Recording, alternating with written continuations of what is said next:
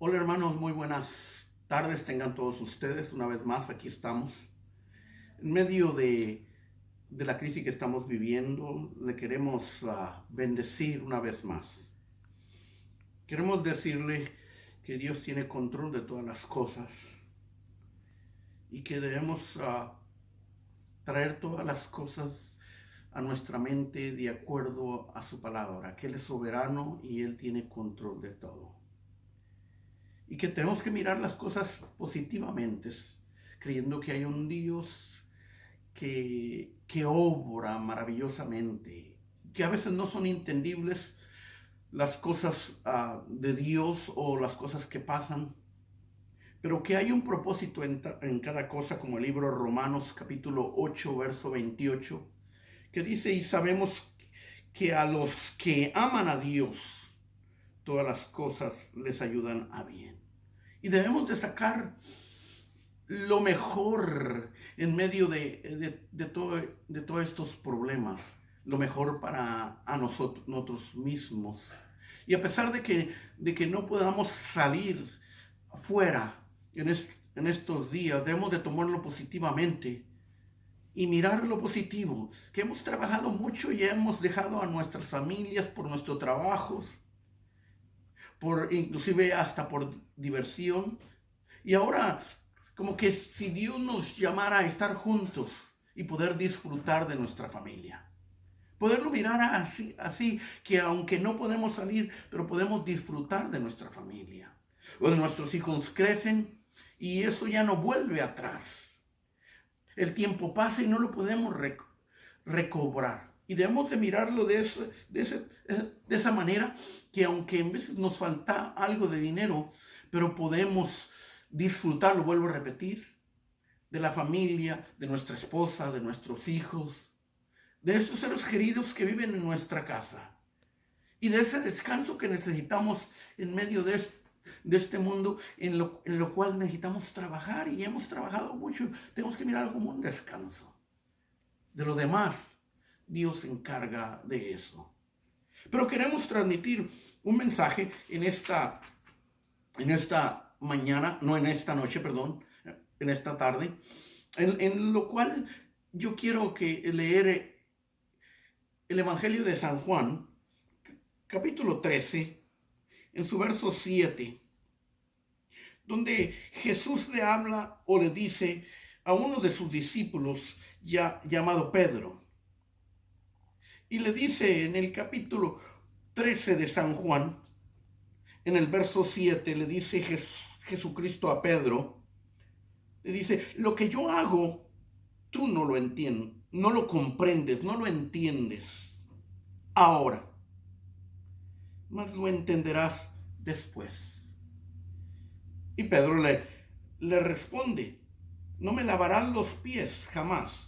Y Jesús le respondió, si no te lavare no tendrás parte conmigo.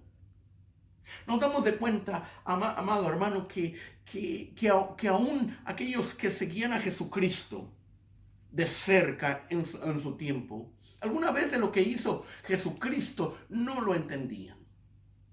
Posiblemente tú no entiendas lo que está pasando en estos días.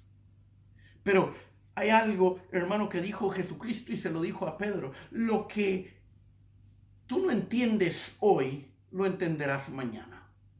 Y sabemos por la misma Biblia que Jesucristo también es el creador de todas las cosas. Que Jesucristo es el Dios todopoderoso, creador del universo, creador de todo. Y nos lo dice San Juan capítulo 1, donde todo fue creado por Él y sin Él nada hubiera sido hecho. Creemos que es el Dios todopoderoso encarnado que vino a presentarse y te vino a buscar a ti, me vino a buscar a mí. Y que ese Cristo hoy en día está diciendo, tú no entiendes las cosas, pero las entenderás después.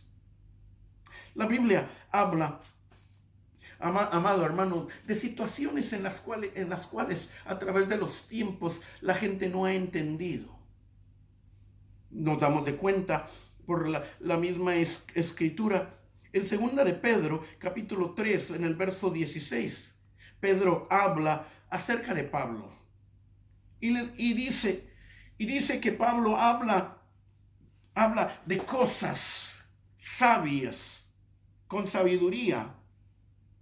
Pero también Pedro dice cosas difíciles que Pedro habla y difíciles de entender. Nos damos de cuenta que aquellos hombres de Dios también hablaban cosas difíciles de entender, difíciles de comprender.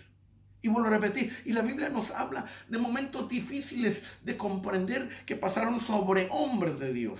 La Biblia nos dice en Primera de Crónicas también, capítulo 13, en el capítulo 5, en el verso 14, nos habla de la historia de David, en la cual David un día tiene las mejores intenciones, tiene los mejores deseos en esta historia de llevar el arca de Dios, que representa la presencia de Dios, a Jerusalén. Y prepara un carro con animales, un carro nuevo para que llevaran esa arca, para que la depositaran ahí.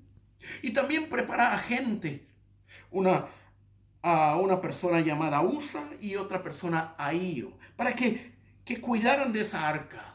Él prepara toda una fiesta, cantores y todo, porque iba a ser algo espectacular, maravilloso, llevar de ese lugar a Jerusalén, al arca. Vuelvo a repetir, que representa la presencia de Dios, en la cual iba a estar en un mejor lugar. Pero dice la Escritura en esa porción bíblica de Primera de Crónicas capítulo 13, en el verso 9 y 10, en la cual dice que los animales, los bueyes que llevaban esa carreta donde iba el arca, parece ser que en el camino hay piedras, tropezaron con las piedras y Usa, que estaba ahí al cargo cuidando el arca, la tocó para que no cayera, para que no se fuera a dañar. Y de repente dice la Escritura, que también miramos este pasaje en 2 de Samuel capítulo 6 verso 7, dice que Usa la toca y dice, cayó ahí muerto junto al arca de Dios, porque Dios le hirió. David se desconcierta, no entiende lo que está pasando. ¿Por qué Dios mató a Usa? ¿Por qué sucedió eso? Que inclusive a mí me causa también a una incertidumbre. No lo puedo entender por qué sucedió eso. Porque si Usa, que estaba ahí al cuidado del arca, si no la toca el arca para detenerla, y se daña, David lo mata. Y ahora Usa tocó el arca para detenerla, creyendo hacer un bien, y ahora Dios lo mató. No podemos entender por qué.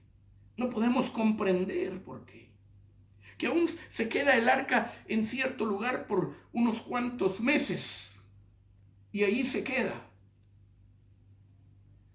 Y nos damos de cuenta, que, queridísimo hermano, que hay cosas que no se pueden entender. Pero después parece ser como que David investiga. ¿Por qué sucedió eso?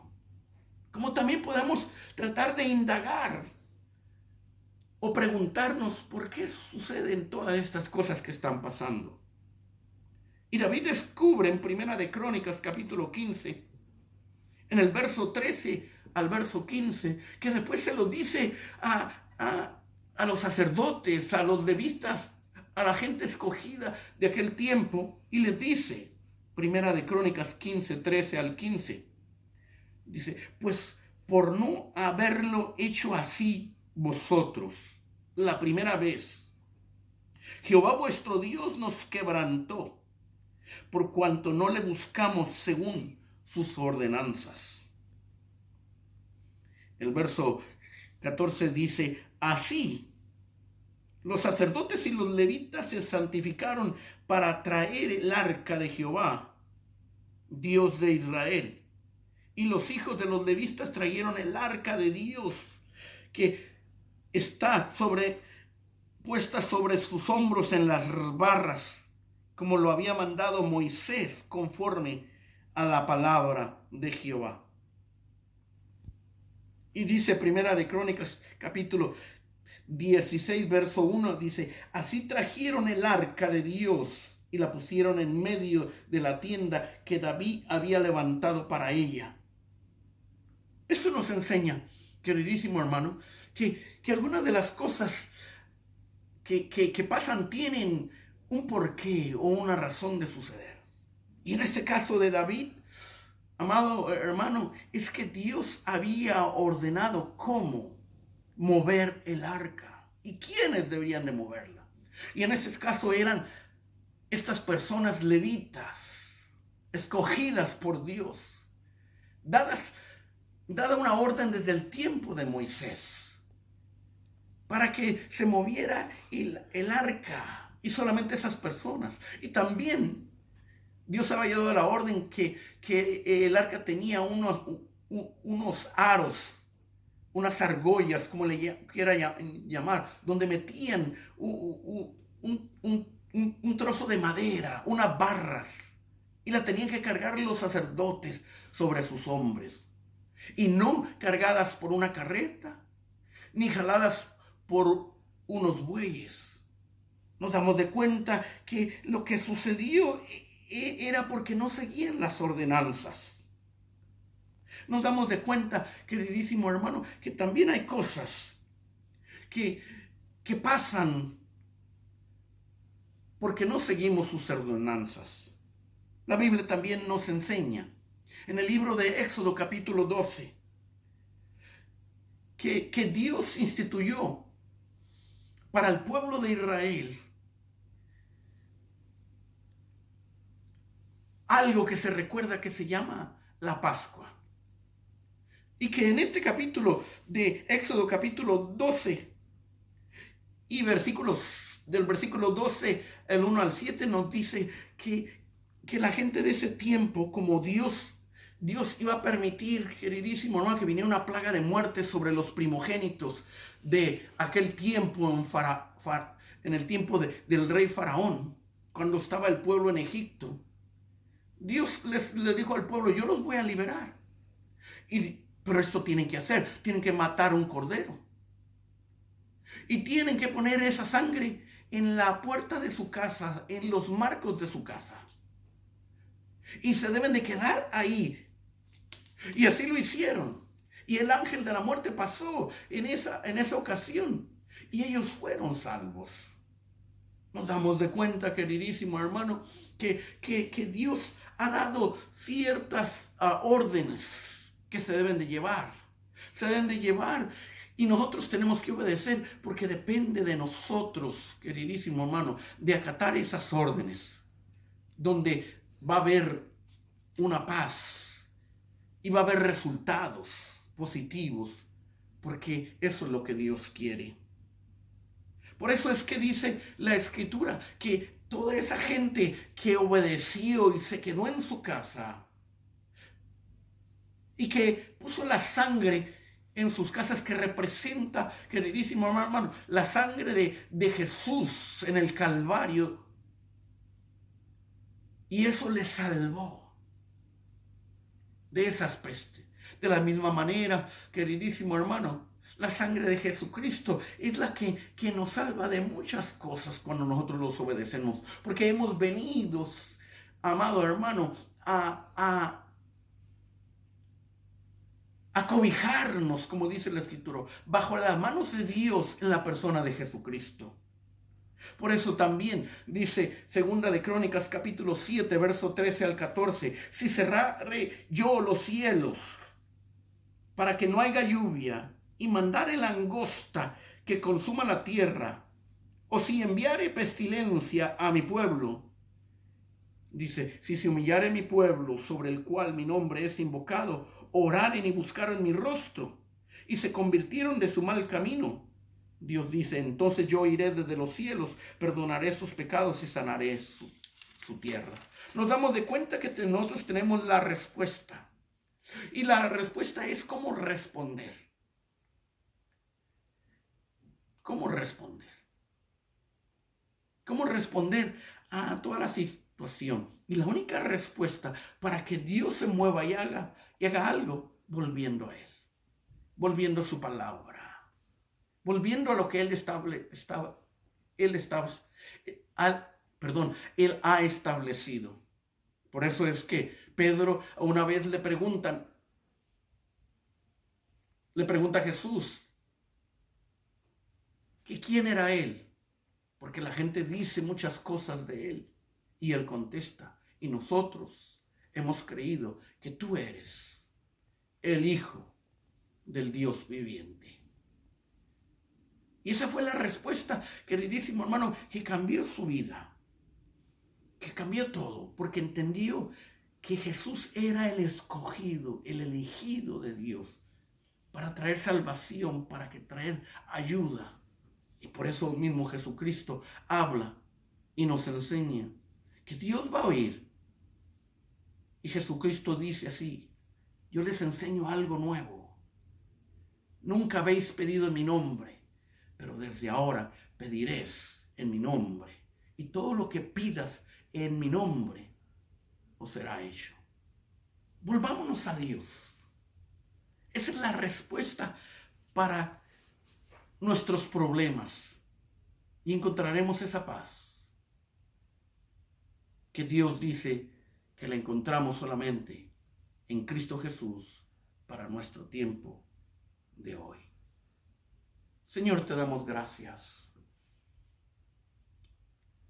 porque te tenemos a ti y venimos en el nombre de tu Hijo amado, nuestro Señor Jesucristo. Y sabemos que tú tienes la respuesta.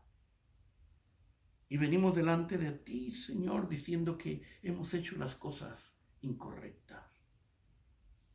Pero volvemos a ti. Y te buscamos a ti. No buscamos la solución del problema. Te buscamos a ti, Señor. A ti que todo lo puedes. Buscamos tu rostro. Y creemos, Señor Dios de la gloria, que tú harás tu obra. Y por eso podemos descansar en paz. Porque tú, Jesucristo, tú, oh Dios, eres nuestra paz.